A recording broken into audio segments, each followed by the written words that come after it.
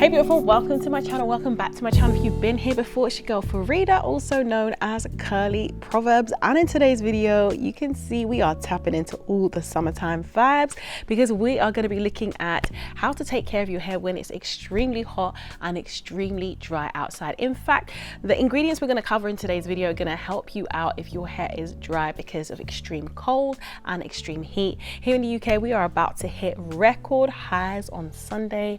Literally, it's about to be the hottest it's ever been on record in the UK if predictions are correct, and our hair is acting a damn fool. I mean it needs some help. So whilst I'm mixing up a concoction that I need in my life, I'm going to share it with you. So let's cut to the intro.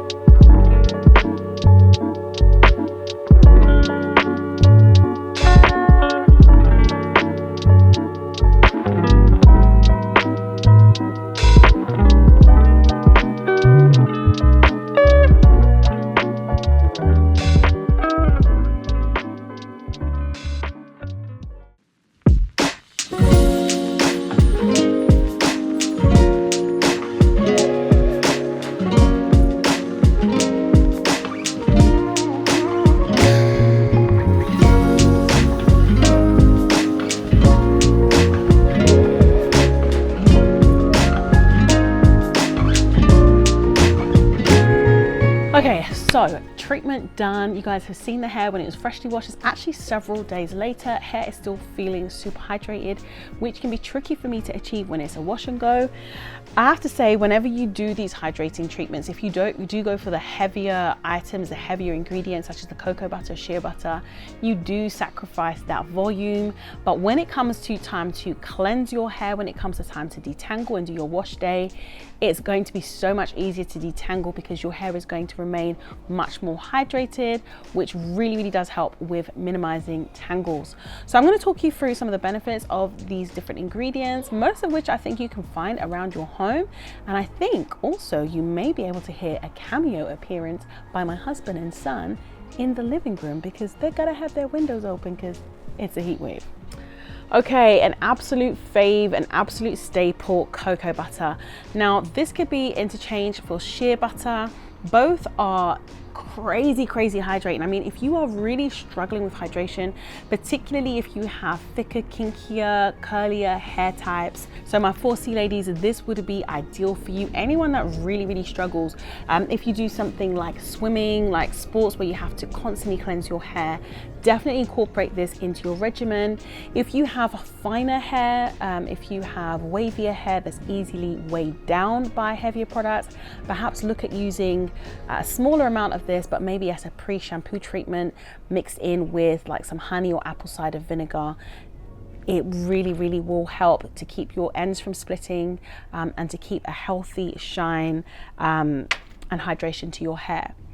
Aloe vera, guys, you done know we have been using this for time. This is a great option if you have got finer hair, if your hair gets easily weighed down. You can use it in a variety of different ways. You can use it as a powder, you can use it as a gel fresh from the plant. You can actually also use the juice. So I would normally go to Holland & Barrett, grab one of the juice bottles, you know, the ones that you can actually ingest, and then I would use that as a spritz. You can use that with other things including fenugreek to really help help with maintaining hydration.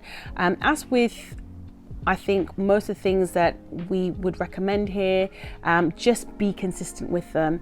So like if you're going to use this as a spritz, I would recommend that you keep it in your fridge so that it would last for longer. Otherwise you can use it as a mask. It has a range of enzymes and a range of vitamins and minerals which are super strengthening for the hair.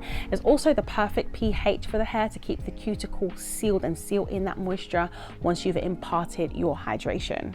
So aloe vera juice, of course, packs a punch with its vitamin and mineral content. B12 is one of the most notable, as well as folic acid, which are great for just your general overall hair health and scalp health as well.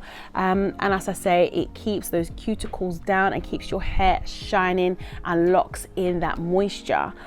By the way, to maximize the benefits of all of these hydrating ingredients, I would say it would be best to actually use heat to help it to penetrate. So if you have low porosity hair or medium porosity hair, you would particularly benefit from using heat.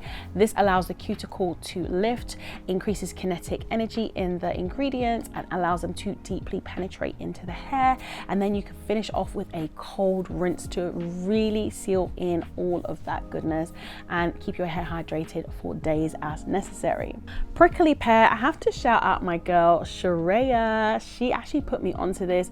Sadly, I'm not an island girl, so I can't actually get fresh prickly pear anywhere in my neighborhood. There's no like Mexican stores or anything nearby where you might be able to pick these up. If you are able to pick it up, definitely do so. It's great also for detangling and can actually even be used as a standalone mask. This has actually, I believe this must have been prickly pear that has flowered, and they actually ground this down and put it into powder form.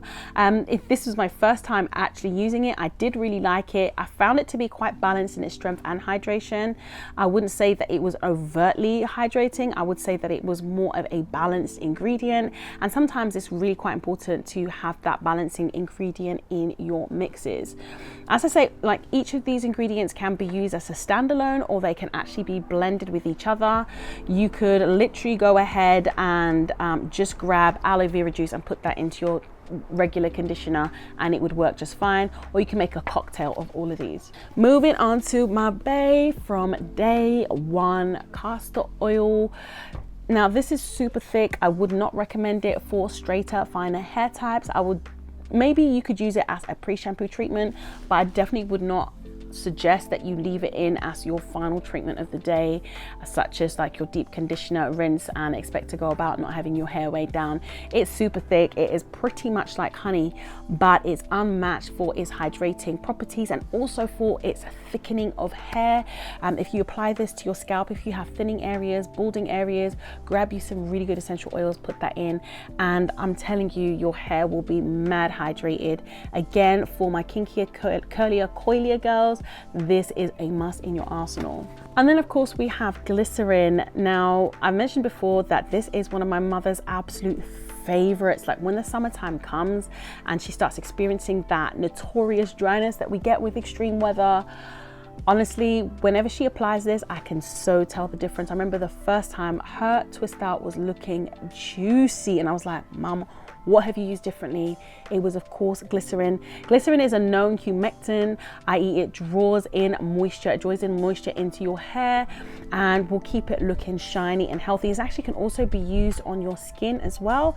It's found in loads and loads of like skin cleansers, it's found in loads of moisturizers, it's found in loads of conditioners, and it's relatively affordable. So definitely go and pick that up. I don't know, even your pharmacy might contain a small, very affordable bottle, or you can pick this up from Amazon too. Okay, so as far as use, I'm just gonna quickly say, guys, you need to listen to your hair. Maybe you could look at introducing one ingredient at a time and just observing how it works. I do get emails all the time from people who have just done too much and then they end up suffering a setback. I do not want that to be you. If you're not familiar with any of these, please build up slowly. We do recommend that you get a good hair mask to mix it in, or a good conditioning mask to mix it in for your first treatment, and then you can go on just using maybe a spritz or a tea rinse or something to top up as you go. Of course, we do have our own hair masks that you can check out. I'm going to have those linked in the description box below. They are wonderfully balanced, particularly if you look at the Amla and Bring Raj and the henna and aloe mask as well. So that is all I have to say as far as uses. Okay, beautiful. So I hope you found this video to be helpful. Remember, if you are dealing with extreme cold or extreme heat, both of those settings can benefit from you utilizing these ingredients. So definitely save this video, because come winter, you're going to need to revisit some of these items again. All the best, whatever you're facing, and much love, blessings to you.